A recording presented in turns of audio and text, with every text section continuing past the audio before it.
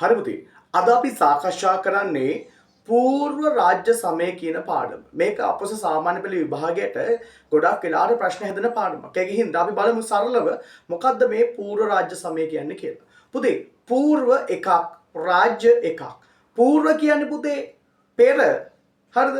රාජ්‍ය කියලා කියන්නේ පුතේ රජෙකු හෝ රජිනක් විසින් පාලනය කරනු ලබන භූමි ප්‍රදේශයක්. එතකොට මේ වචන දෙක එකට එකතු කරලා පස්සේ පුතේ పూర్ව රාජ්‍ය සමය කියලා හැදෙනවා. ඒ කියන්නේ පුතේ රජෙකු හෝ රජිනක් විසින් පාලනය ආරම්භ කිරීමට පෙර යුගය අපි කියන රත්තරන් పూర్ව රාජ්‍ය සමය කියලා. එහෙනම් ඔයාලට දැන් పూర్ව රාජ්‍ය සමය කියන එක නිර්වචනය කරගන්න පුළුවන් මොකක්ද? රජෙකු හෝ රජිනක් විසින් පාලනය ආරම්භ කිරීමට පෙර යුගය අපි කියනවා పూర్ව රාජ්‍ය සමය කියලා. තේරුණා නේද? එතකොට සර් මේ పూర్ව රාජ්‍ය සමය කවුද පාලනය මෙහෙව්වේ? අපි මෙන්න මේ මාතෘකාවේදී යාළුවෝ තුන්දෙනෙක් ගැන කතා කරනවා. పూర్ව රාජ්‍ය සමයේ පරිපාලනය මෙහෙව්වේ කවුරුන්ද කියනකොට තුන්දෙනෙක් යාළුවෝ තුන්දෙනෙක් ගැන පුතා අපි සාකච්ඡා කරනවා. ඒකෙදි පළවෙනි යාළුවා තමයි අපිට හම්බෙන්නේ මෙන්න මෙයා. කවුද පුතේ? ගෘහපති. මුණපති ගෘහපති. ඊළඟට අපි කතා කරනවා පුතා ගමික ගැන. කවුද දෙවෙනියා? ගමික ගැන. තුන්වෙනි එක්කෙනා පුතේ අපි කතා කරනවා පරුමුඛ ගැන. එහෙනම් මතක තියාගන්න పూర్ව රාජ්‍ය සමයේ පරිපාලන කටයුතු මෙහෙයු නිලධාරීන් තුන්දෙනා ඉඳී. හරි. අපි මේකෙදි මුලින්ම කතා කරමු ගෘහපති ගැන. ගෘහපති. ගෘහ කියන්නේ නිවස, අධිපති කියන්නේ අධිපතිය ප්‍රධානියා. නිවසේ ප්‍රධානියා. නැත්නම් ගෘහයේ ප්‍රධානියා අපි කියනවා ගෘහපති කියලා. එතකොට මේ ගෙදර ප්‍රධානිය නැත්නම් ගෘහපති සෙල්ලිපිවල ගහපති කියලා හඳුන්වනවා. සමාජයක පුතා කුඩාම ඒකකයේ තමයි පවුල. එතකොට මූලාශ්‍රවල මේ පවුල කුලය කියලා හඳුන්වනවා. ඒක හින්දා මතක තියාගන්න සෙල්ලිපිවල මේ ගෙදර ප්‍රධානියට අපි කියනවා ගෘහපති කියලා. සෙල්ලිපිවල ගෘහපතිය ගැන ගහපති කියලා සඳහන් වෙනවා. පවුල ගැන කුල කියලා සඳහන් වෙනවා. එතකොට මේ අතරින් ප්‍රධානම සෙල්ලිපිය තමයි පෙරිය පුලියන් කුලම් සෙල්ලිපිය. පෙරිය පුලියන් කුලම් කියන සෙල්ලිපිය සඳහන් වෙනවා මේ කියන ගෘහපතීන් පිළිබඳ. තේරුණා නේද? එක්තරා ගෘහපතියෙක් සුමන කියන එක්දෙනෙක් ඔහුගේ රැකියාව ලෝහ වැඩ කිරීම. ඔහු භික්ෂුන් වහන්සේලාට ගල්ලෙනක් පූජා කරා කියලා මේ පෙරිය පුලියන් කුලම් සෙල්ලිපියේ සඳහන් වෙලා තියෙනවා. ඒ විතරක් නෙවෙයි මේ ගෙදර ප්‍රධානිය නැත්තම් කුලේ ප්‍රධානිය, ගෙදර ප්‍රධානිය, ගෘහපතිට අයත් වෙච්ච කාර්යයන් ටිකක් තිබ්බා.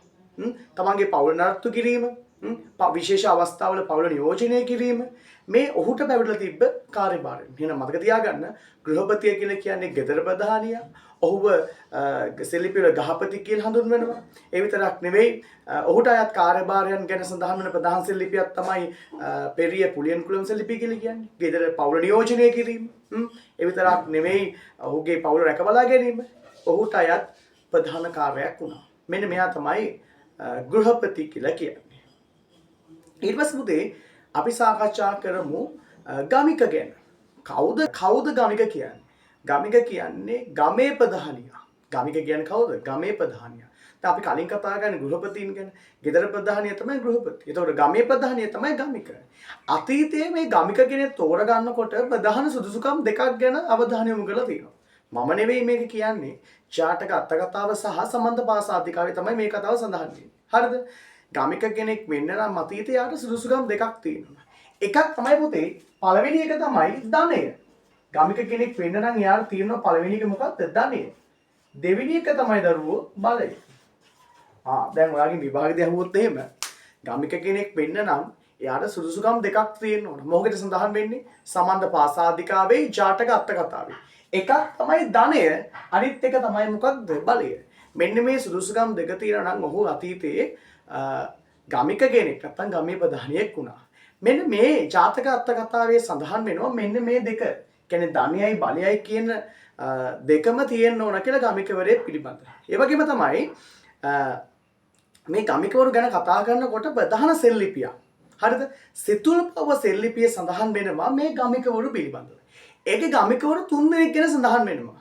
ගමික සුමන, ගමික ශිව, ගමික තිදෙන. ගමික සුමන, ගමික ශිව, ගමික තිදෙන. මේ තුන්දෙනා එකට එකතු වෙලා ගල්ලෙනක් පූජා කරා කියලා භික්ෂුන් වහන්සේලාට ඒ සිල්ලිපිය සඳහන් වෙනවා. දැන් එතකොට අපිට මේ කරුණුත් එක්ක තේරෙනවා අතීතයේ ගමිකවරු ඊටාම සහයෝගයෙන් නේද? තුන්දෙනා එකම සහයෝගයෙන් එකට කටයුතු කරලා තියෙනවා කියලා මේ කතාව ඇසුරෙන් අපිට තේරෙනවා. ඒ විතරක් නෙමෙයි සෙල්ලිපිවල මේ ගමිකවරුව ග්‍රාමික කියලා හඳුන්වලා තියෙනවා. ගමිකවරුන්ව ග්‍රාමික කියලා හඳුන්වලා තියෙනවා. මේගොල්ලන් පුතේ අතීතයේ වෙන් වෙච්ච වෙනම කාර්යයන් ටිකක් තියෙනවා. විභාගදී අහන්න පුළුවන් ගමිකේ කාර්යයන් දෙකක් විතර ලියන්න කියලා. තුනක් විතර ලියන්න කියලා. මොනවද මෙයාගේ කාර්යයන්? පළවෙනි එක තමයි ගමට අයත් වැව නත්තු කිරීම. මේ ඉස්සර අතීතයේ කුෂිකර්මාන්තය සඳහා හැම නිවසකටම තිබ්බ ගමක්. ඒතර ගමට අයත් වැව නත්තු කරන්නේ මේ ගාමික නැත්තම් ගමික. ඒ විතරක් නෙමෙයි ඒ වැවේ අපි තියෙන ජලය මිනිස්සුන්ට බෙදලා දෙන්නේ මේ ගමික විසීම තමයි. ඒ විතරක් නෙමෙයි ගමේ සිදුවන සුළු සුළු ආරවුල් විසඳන්න මැදිහත් වෙන්නේ මේ ගමිකවරයම තමයි. ඒ විතරක් නෙමෙයි ගමේ විවාහ අවස්ථාවලදී අවස්ථාවලදී මේ හැම අවස්ථාවකදීම අවාහ විවාහ මේ සිදුවන සෑම අවස්ථාවකදීම ඒ සඳහා පෙරමුණු ගන්නෙත් මේ ගමිකයා විසින්. තේරුණාද? එතකොට ගමික ගැන කියනකොට මෙන්න මේ කරුණු ටික මතක තියාගත්තනම් ඔයාලට කවදාකවත් ගමික කියන්නේ කවුද කියලා මතක වෙන්නේ නැහැ. හරි. අපි ඊළඟ වීඩියෝ එකේ කතා කරමු පුළුල්ව කවුද පරමුඛ කියන්නේ. ඔහුට අයත් කාර්යය මොනවාද? ඊට පස්සේ මේ තුන් දෙනා ගැන කොහොමද අපි තනි කතාවකින් මතක තියාගන්නේ කියලා අපි ඊළඟ වීඩියෝ එකේ හම්බෙමු.